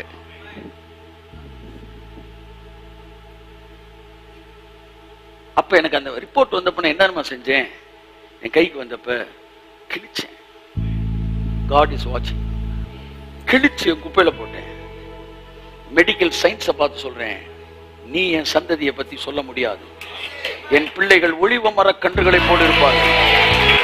என் பிள்ளைகள் சத்துருக்களை ஒளிமுக வாசல் என்று பேசுவார்கள். நாங்கள் துன்பம் உண்டாக பிள்ளை வருகிறது இல்லை, எங்கள் பிள்ளைகள் தேசத்திலே உயர்ந்த ஸ்தானத்தில் இருப்பார்கள்.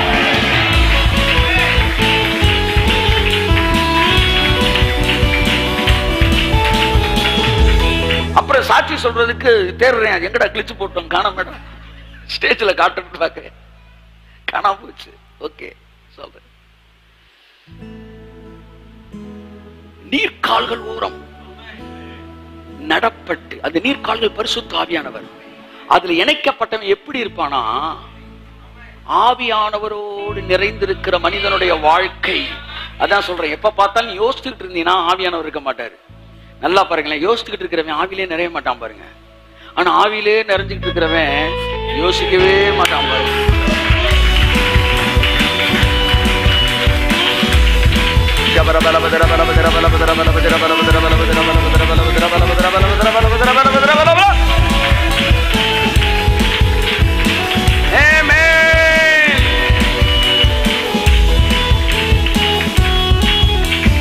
சரி, அப்ப நீங்க யோசிச்சா ஆவியில் நிறைய முடியாது, ஆவியில் நிறைஞ்சா யோசிக்க முடியாது. இது ரெண்டையும் புரிஞ்சுக்கணும். நீங்க ஒரு அம்மா ஆவியில் நிறையவே இல்லைன்னா யோசிச்சுட்டு இருக்காங்கன்னு அர்த்தம்.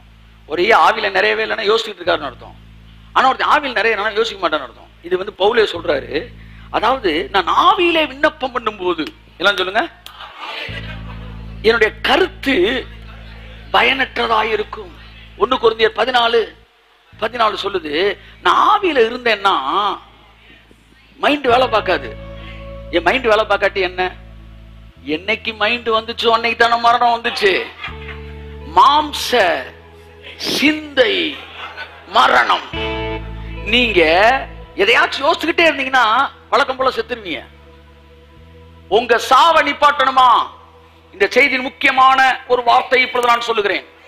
நீங்க சாவ நிப்பாட்டணும்னா நீங்க யோசிக்கிறத நிப்பாட்டணும். கைதட்டி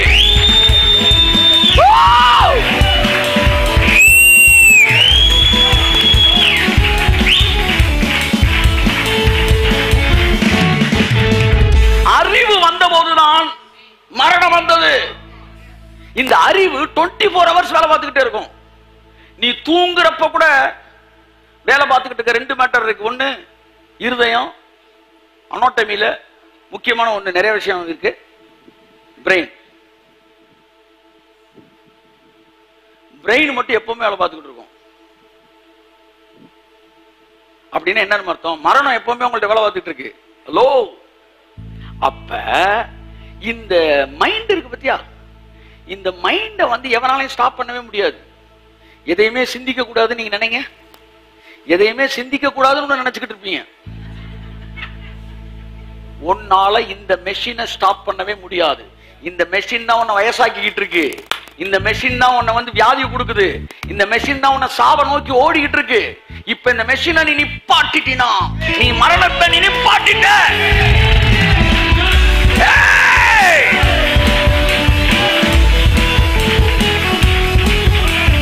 ஏனென்றால் வேதம் சொல்லுகிறது மாம்ச சிந்தை மரணம். அப்ப இந்த மெஷினை நிப்பாட்டணும். இது ஓடிக்கிட்டே இருக்கு. இது எப்ப நிப்பாட்டலாம்? இந்த உலகத்துல எவனால நிப்பாட்ட முடியாது. ஆனா ஒரே ஒரு ஆளால் நிப்பாட்ட முடியுமா? பவுல் 1 கொரிந்தியர் 14:14 சொல்றான், நான் ஆவியிலே விண்ணப்பம் பண்ணும்போது ரீமாலா சந்துனேமனா ஹதுரா பலதியங்கர பலபதியங்கர பலபதுரா பலபதியங்கோ, நான் ஆவியிலே, நான் அந்நிய பாஷையிலே நான் பேசும்போது என் ஆவி பேசுகிறது, என் அறிவு வேலை இல்லாமல் இருக்கிறது.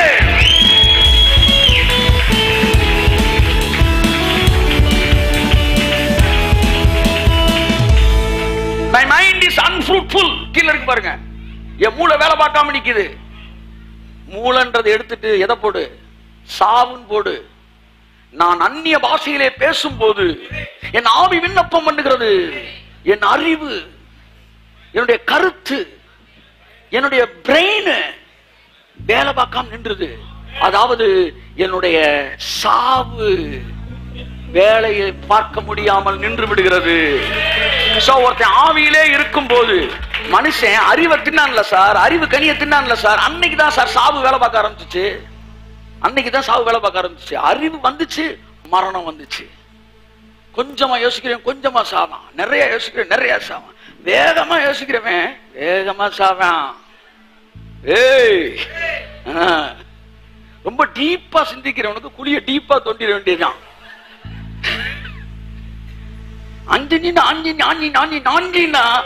நீ நேரா போய் படுத்துக்க குழியில, நாங்க மெதுவா அப்புறமேட்டு மண்ணை போடுறோம்னு அர்த்தம். ரொம்ப யோசிக்காத. நீ யோசிக்க யோசிக்க மரணம் வேகமா வேலை பார்க்குது. ஏனென்றால் அறிவு வந்த போது மரணம் வந்தது, அறிவு வந்த போது மரணம் வந்தது, ஆவி வந்த போது ஜீவன் வந்தது. ஆவிதான் ஜீவன், அறிவுதான் மரணம். மரணம் வேலை பார்த்துக்கிட்டே இருக்கு. இப்ப ஆவி வந்த உடனே இந்த மரணத்தை நிப்பாட்டணும்னா, இது மரணத்தை நிப்பாட்டணும்னா ஆவி எதை நிப்பாட்டணும்? புரியுதா? ஜீவன் தான் சார் ஆவி, ஆவிதான் ஜீவன். புரியுற மாதிரி எழுதிருமா? ஒரு நிமிஷம் எங்க பாருங்க, பாருங்க. மாம்ச சிந்தை மரணம்,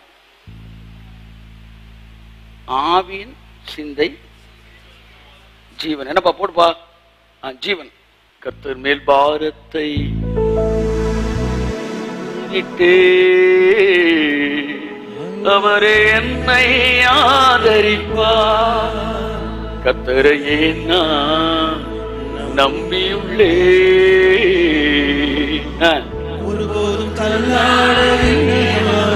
நல்லா கையை தட்டி ஒரு சான்ஸ் பாடுமா?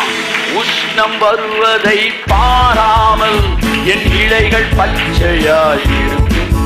மழை தாழ்ச்சியான வருஷங்களிலும் வருத்தமின்றி கனி கொடுக்கும். உஷ்ணம் வருவதை பாராமல்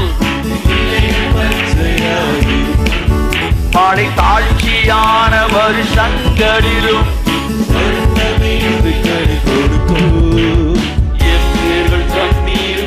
வேறனா என்ன உங்க யோசனை? இயேசுவின்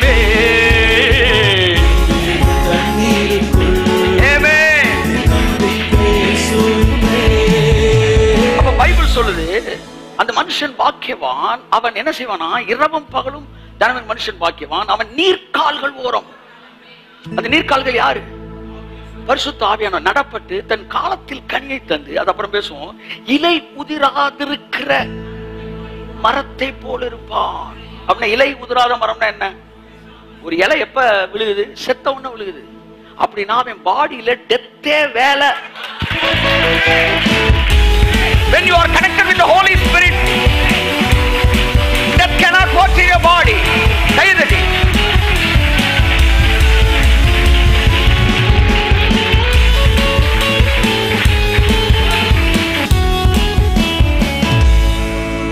இப்ப நீர்க்கால்களோடு நடப்பட்ட ஆவியானோர் இணைக்கப்பட்டுட்டா உங்களுக்குள்ள என்ன வேலை பார்த்துக்கிட்டே இருக்குமா?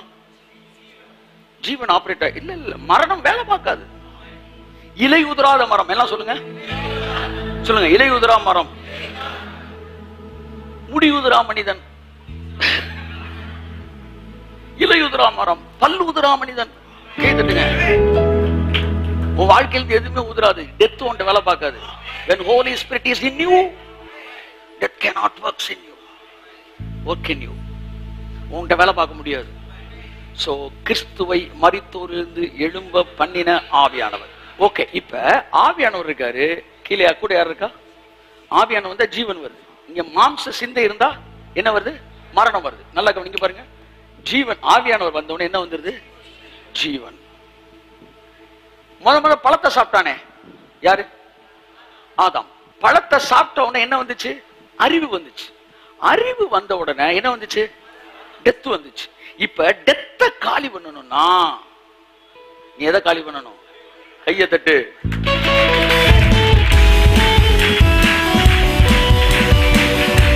ஓகே, டெத்த காலி பண்ணணும், அறிவை காலி பண்ணணும். அப்ப ஆவியானவர் வந்த உடனே என்ன வருது? ஜீவன் வருது. இப்ப ஆவியானவர் டெத்த காலி பண்றதுக்கு யாரை காலி பண்ணுவாரு? அதனாலதான் அந்நிய பாஷை பேசும்போது அறிவு வேலையை பார்க்க மாட்டேங்குது. கை தட்டு. இப்ப போடு. இங்க பாருங்க. சோ மரணத்தை காலி பண்ணணும். இந்த பாருங்க, இந்த மரணம் இருக்கு பாத்தீங்களா? இத காலி பண்ணணும்னா எதை காலி பண்ணணும்? அறிவை காலி பண்ணணும். அதனால ஆவியானவர் வந்த உடனே முத எவனை காலி பண்றாரு? அறிவு. இந்த அறிவு தான் 1 கொரிந்தியர் 14:14 யார் சொல்றா? பவுல் சொல்றான், நான் அந்நிய பாஷையிலே விண்ணப்பம் பண்ணும்போது என் அறிவு வேலை செய்ய மாட்டேன் என்கிறது. சாரே, அறிவு வேலை செய்யாம இல்ல சாரே, மரணம் வேலை செய்யாம இருக்கிறது.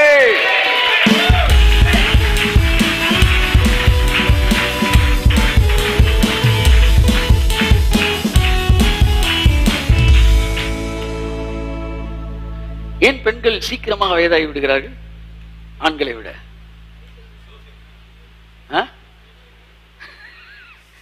நான் வரும்போது வைப்பிட்ட சொன்னேன், அப்படியே உங்க அம்மா மாதிரியே மாறிட்டு இருக்கியே. நோ, ஆமா, நான் எங்க அம்மா மாதிரி தான் இருக்க மாறுவேன். சாம்பி செலுத்துற சொன்னாராம், நீங்க பொண்ணு பார்க்க போகும்போது பொண்ணோட அம்மாவை தான் பார்க்கணுமா? ஏன்னா நாளைக்கு இப்படிதான் ஆகப்போறாவ. அதுக்கப்புறமும் உன்னால நேசிக்க முடியுமா கடைசி வரைக்கும்? நீங்க யோசிக்காம இருக்க என் ஒய்ஃப் அழகா இருக்கா, அது ஒரு பிரச்சனை இல்லை. ஏன் என் மாமியா அழகா தான் இருக்கிறேன், என்னால பிரச்சனை. எனக்கு கொஞ்சம் ஒரு சில ஹார்டிஸ் கொட்டு மாற்ற வேண்டிய வேற ஒண்ணு. இப்ப என்னன்னா,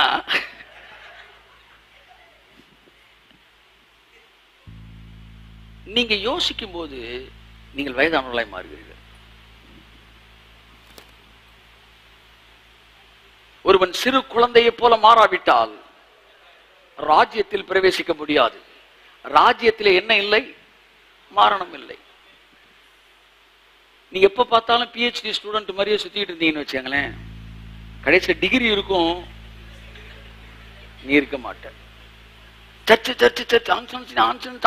கடைசியில சர்ச்சு இருக்கும், பாஸ்டர் இருக்க மாட்டார். கடைசியில கழுத குதிரெல்லாம் வந்து வேலை பார்த்துக்கிட்டு இருக்கும்.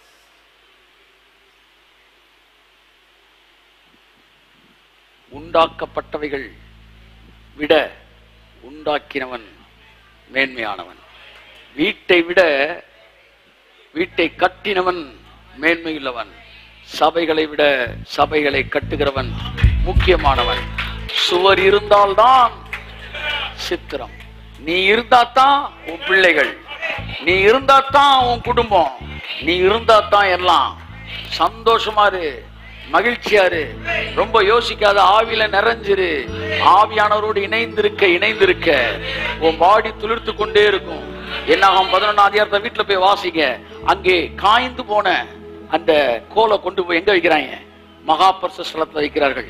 மகா பரிசுத்த ஸ்தலத்துல யார் இருக்கா? ஆவியானவர் மட்டும்தான் இருக்கிறார். வெளிப்பிரகாரத்துல யார் இருக்கா? மனுஷன் மட்டும்தான் இருக்கிறான்.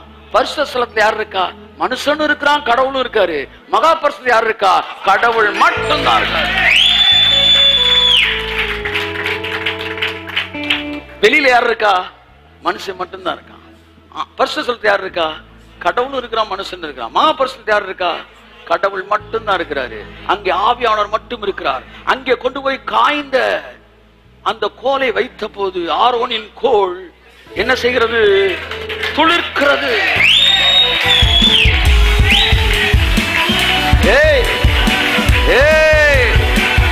இந்த செய்தியை கேட்கிற காதுகள் பாக்கியம் உள்ளது. இந்த செய்தியை காண்கிற கண்கள் பாக்கியம் உள்ளது. ஆவியானவர் எங்கே உண்டோ அங்கே மரணத்திலிருந்து விடுதலை உண்டு. அங்கே முதுமையிலிருந்து விடுதலை உண்டு. அங்கே வியாதியிலிருந்து விடுதலை உண்டு. கரங்களை தட்டு ஆவியிலே நிறையுங்கள். ஆவியானவர் உங்களை நிறைப்பாராக.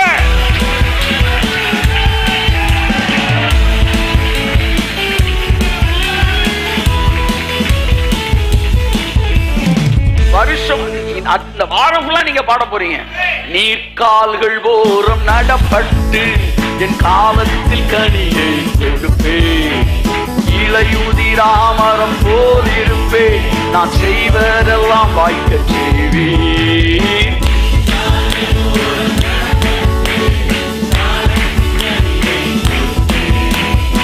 இளையுதிராமரம் போல் இருப்பேன். என் வேர்கள் தண்ணீருக்குள் என் நம்பிக்கை இயேசுவின் மேல்.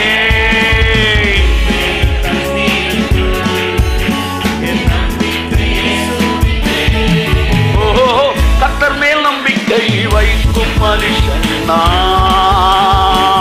ஹல்லேலூயா. கர்த்தரை நம்பிக்கையாய் கொண்டவன் நான். நம்பிக்கை வைக்கும் மனுஷன் நான். கர்த்தரை நம்பிக்கையாய் கொண்ட மனுஷன் நான். ஒரு டான்ஸ் பாடி பிடிப்போமே. கர்த்தர் மேல் பாரத்தை வைத்து விட்டே அவரே என்னை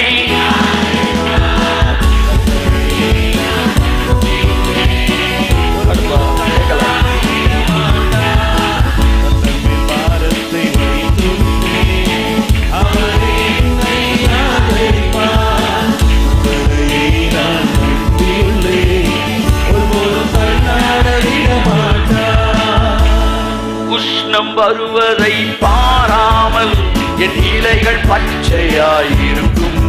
மழை தாழ்ச்சியான வருஷங்களிலும் வருத்தமின்றி கனி கொடுக்கும். உஷ்ணம் வருவதை பாராமல் என் இலைகள் பச்சையாயிருக்கும். மழை தாழ்ச்சியான வருஷங்களிலும் வருத்தமின்றி கனி கொடுக்கும். வேதத்தில் பிரியம் கொண்டு, வேதத்தில் பிரியம் கொண்டு அதை தியானிப்பதா. வேதத்தில் பிரியம் கொண்டு அதை தியானிப்பதா. கர்த்தர் மேல் நம்பிக்கை வைக்கும் மனுஷன் நான். ஹல்லேலூயா. நம்பிக்கை கொண்ட மனுஷன் நான். உங்க சரீரங்கள் எல்லாம் துளிர்க்கிறது. ஆமென். கர்த்தர் மேல் நம்பிக்கை வைக்கும் மனுஷன் நான். மகா பரிசுத்தத்திலே வைக்கப்பட்ட ஆரோனின் காய்ந்து போன கோல் மறுபடியும் துளிர்த்தது போல உங்கள் வாழ்க்கையில் ஆரோக்கியம் துளிர்க்கிறது. ஆமென். கர்த்தரையே நான் நம்பியுள்ளேன். ஒருபோதும் தள்ளாட விட மாட்டார். கர்த்தர் மேல் பாரத்தை வைத்து விட்டேன். அவரே என்னை ஆதரிப்பார். கர்த்தரையே நான் நம்பியுள்ளேன்.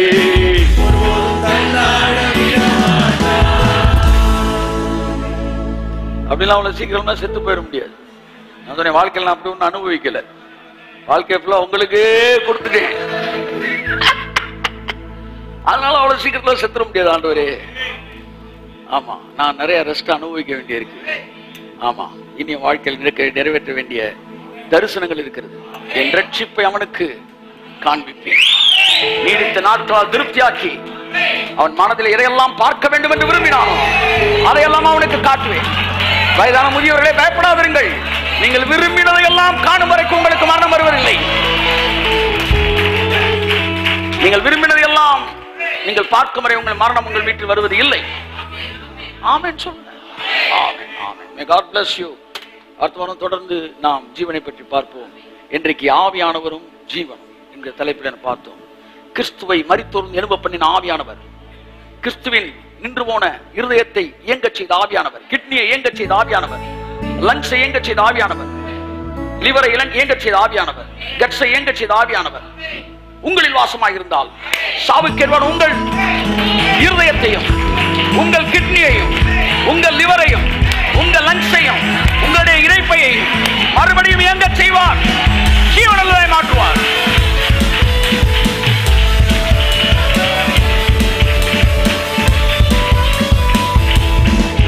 அவன் நீர்க்கால்களோடு நடப்பட்டு இலையுதிராத பசுமையான மரத்தை போல இருப்பான். சொல்லுங்க, நான் நீர்க்கால்களாகிய ஆவியானவரோடு இணைக்கப்பட்டிருக்கிறேன். நான் பசுமையான மரத்தை போல, இலையுதிராத மரத்தை போல இருப்பேன்.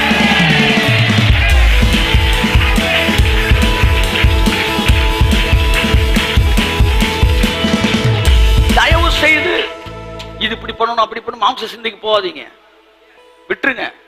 ஆவியானவர் பார்த்துக்குவார். ஆவியானவர் செய்ய வேண்டிய கடமையை மாத்திரம் செய்யுங்கள். சொன்னதை செய்யறதுக்கு யோசிக்க வேணாம். கர்த்தர் சொன்ன சொன்னதை செய்டா, நான் சொல்லாததை யோசிக்காத, சொன்னதை மட்டும் செய். எது நடந்துருச்சுன்னா ஆவியானவரோட இணைஞ்சு நான் இருந்துகிட்டே இருக்கிறேன். எது நடந்துருச்சுன்னா நான் கொடுக்க வேண்டிய கனியை கொடுக்காம வந்துட்டா நீர்க்கால்களோடு இடப்பட்டிருப்பாயனால் உன் காலத்துல நீ கனி தருவ.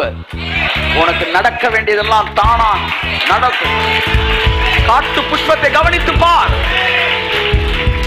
அவைகள் நூற்பதும் இல்லை, உழைக்கிறதும் இல்லை, என்றாலும் உங்கள் பரமபிதா அவைகளை போஷிக்கிறார். ஆகாயத்து பறவைகளை கவனித்து பார், அவைகள் விதைப்பதும் இல்லை, அவைகள் அறுப்பதும் இல்லை, விதைப்பதே இல்லை. அதையே நான் போஷிக்கும் போது மாதந்தோறும் விதைக்கிற உன்னை, வாரந்தோறும் விதைக்கிற உன்னை நான் எப்படி போஷிக்காமல் இருப்பேன்? கைதட்டே.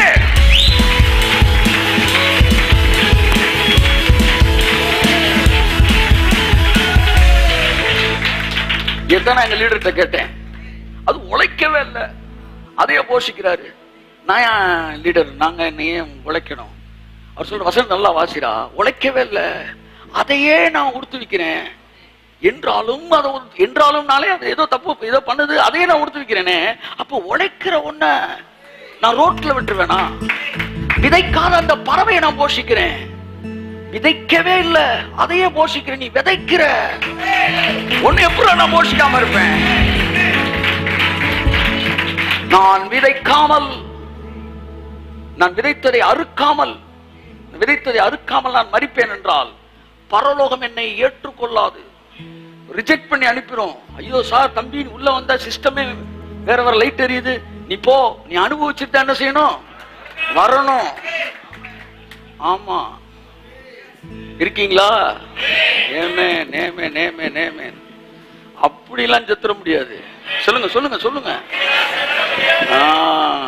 ஆமென் ஆமென் ஆமென். ஏன் ஏன் சொல்லுங்க. நீர்க்கால்கள் ஓரம் நடப்பட்டு இலையுதிராமரம் போல் இருப்பே.